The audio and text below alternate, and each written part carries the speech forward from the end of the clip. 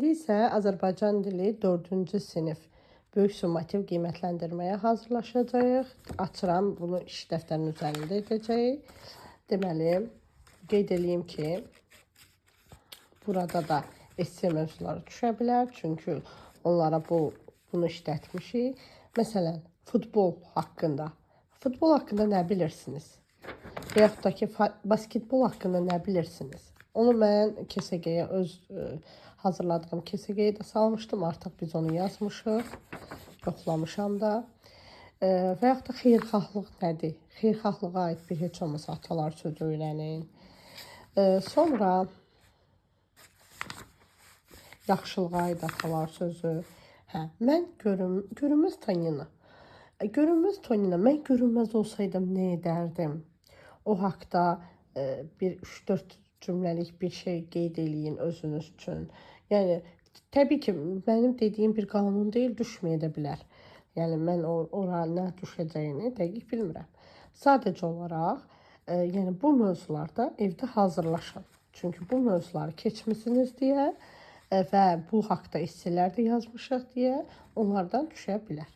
Keçdi 2 il və 1 il, 2 il. Mən bunları sizə keçmişdim. 6-cı sinifdə də var bu mövzu, 4-cü sinifdə. 4-cü sinifdə biraz aşağı səviyyədədir. Yəni, biz burada, məsələn, 6-cı sinifdə 10 söz uşaqlar öyrənirlərsə, burada biz 10 söz yox, 6 söz bilirlər. Məsələn, hansılardır? Bir yerlə yazılanlar. Ehtiyac deyil, ehtiyat, saniyə, tövsiyə, əlavə olaraq deyirəm tərbiyə, çünki burada da var qeyd eləyin. Amma hədiyyə də 2 yığdır, kökdə də özdə. Nəqliyyat 2 yığdır, iyyat şəkilçisindədir. Şirniyyat 2 yığdır. Fəaliyyət bəli 2 yığdır. Tənbəl, n ilə n, b.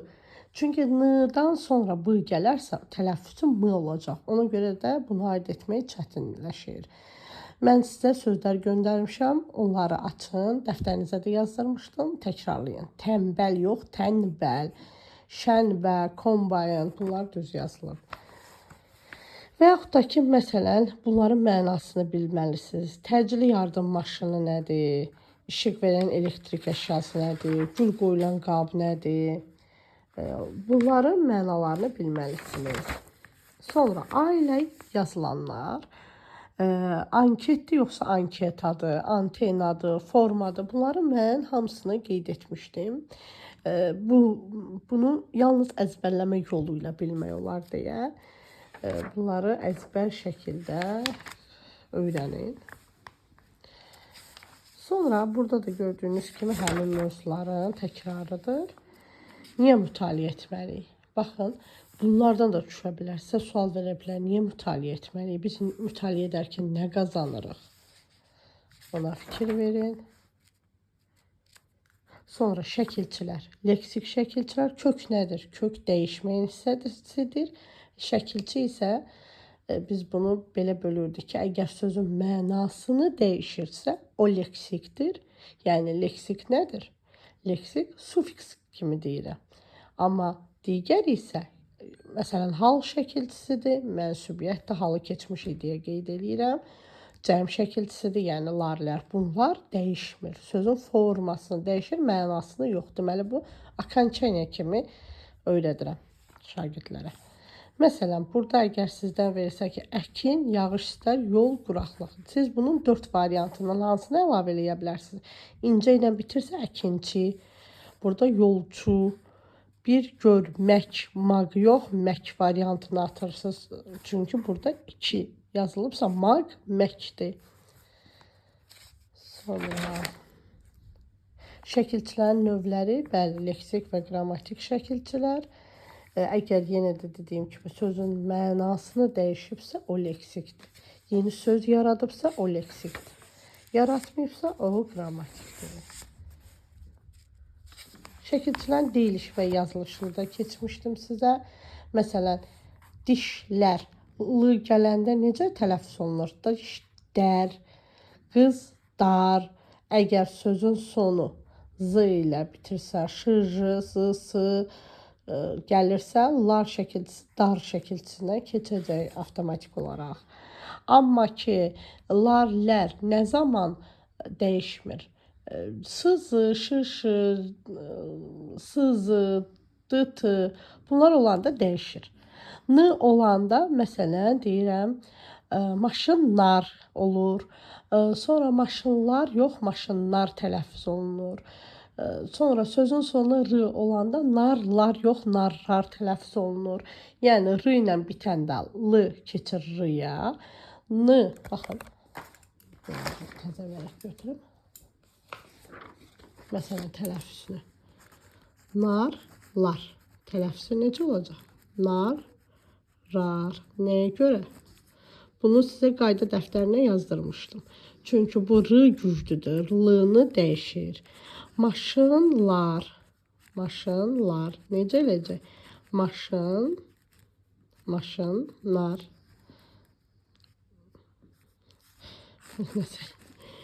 Baxıb yazıram deyə. Maşınlar. Burada da nə edəcək? N güclü olduğuna görə özünü oxşadacaq. Maşınlar, narlar.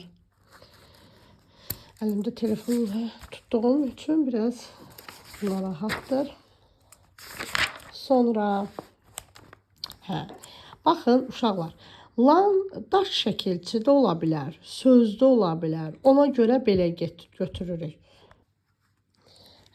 Sonra baxın gördüyünüz kimi daş şəkilçisi. Məsələn, çay dəmləmək və ya su qaynatmaq üçün qab. Nədir? Çaydan. Amma bir də deyirəm ki, çaydan gəlirəm. Əgər mən çaydan gəlirəm desə, o qrammatikdir.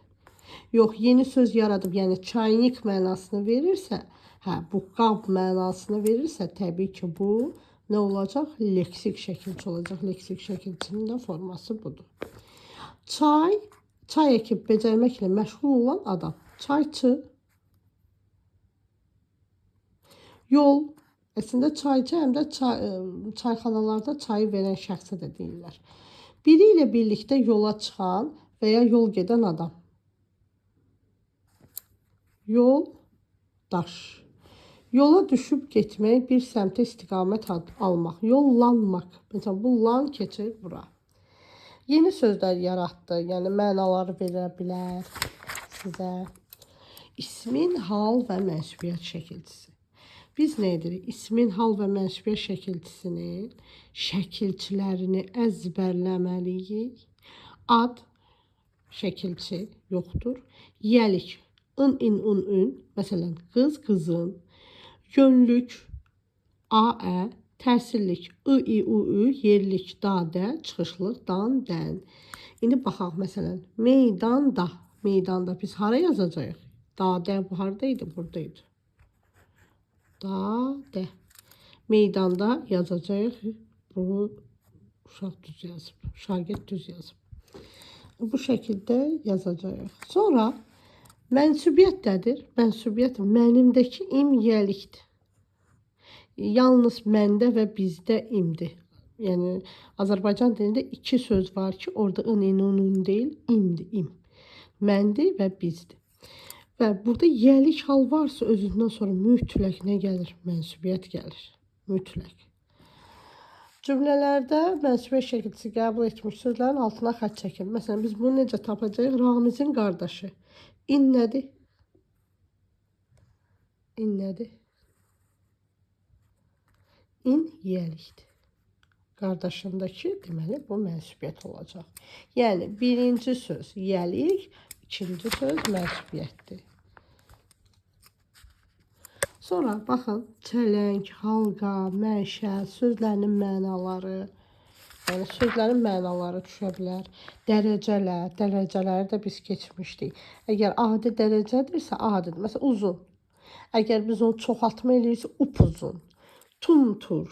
Baxın, birinci, iki, tu, bunu gətirdik, qoyduq bura tu, bura yamı, yapı, yarı, yası. 4 hərfdən birini artırıb yeni çoxaltma bir dərəcəsi düzəldirik. Yeni dərəcə düzəldirik, çoxaltma dərəcəsi. Bu yeni söz deyil. Bu dərəcəsini artırırıq. Sarışın. Şın, şın. Bu, buradaki şın. Azaltmadır. Yamyaşıl, yəni gördüyünüz kimi ya, ya. Bu çoxaltmadır. M ilə M pırısı çoxaltma düzəldir. Dumduru çoxaltmadır. Ən.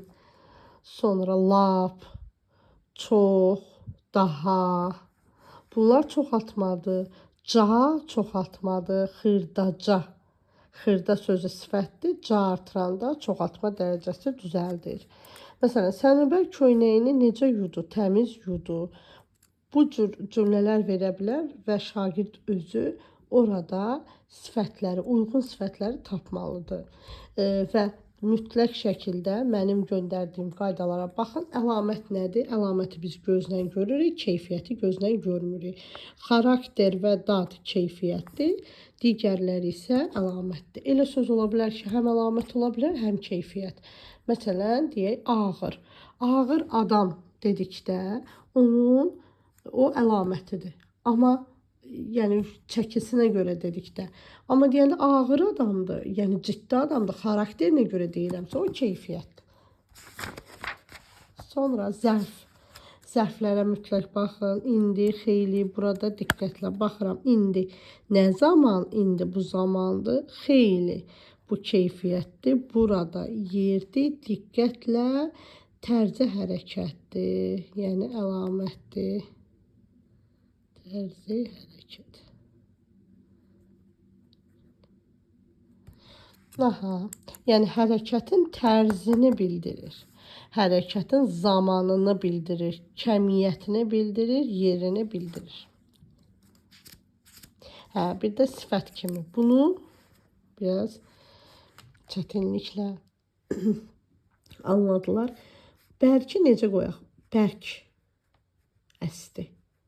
Əgər o hərəkətin əlamətini bildirirsə, bu nədir? Bu zərfdir. Amma deyirəm ki, məsələn, bərk daş. Bu nəyin əlamətini bildirdi? Bu, ismin əlamətini bildirdi. Deməli, ismin əlaməti sifətdir. Biz burada deməli, buna sifət deyirik, buna da zərf deyirik. Bərk əsdi zərfdir, bərk daş sifətdir. Eləcə də məsələn, az, çox, bunlar da aid. Məsələn, çox danışır, çox danışır. Bu, hərəkətin kəmiyyətini bildirir. Deməli, bu zərfdir. Amma bir də deyirəm, çox su iç, çox su. Nə qədər? Bu isə saydır. Zərfin əlaməti hərəkəti izah etməkdir.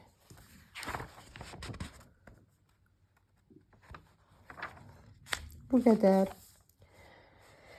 Mənim əvvəldən göndərdiyim qaydaları, keçdiyimiz tapşırıqları hamısını təkrarlasanız, BSG-ni də KSG kimi çox yaxşı yazacaqsınız. Uğurlar sizə.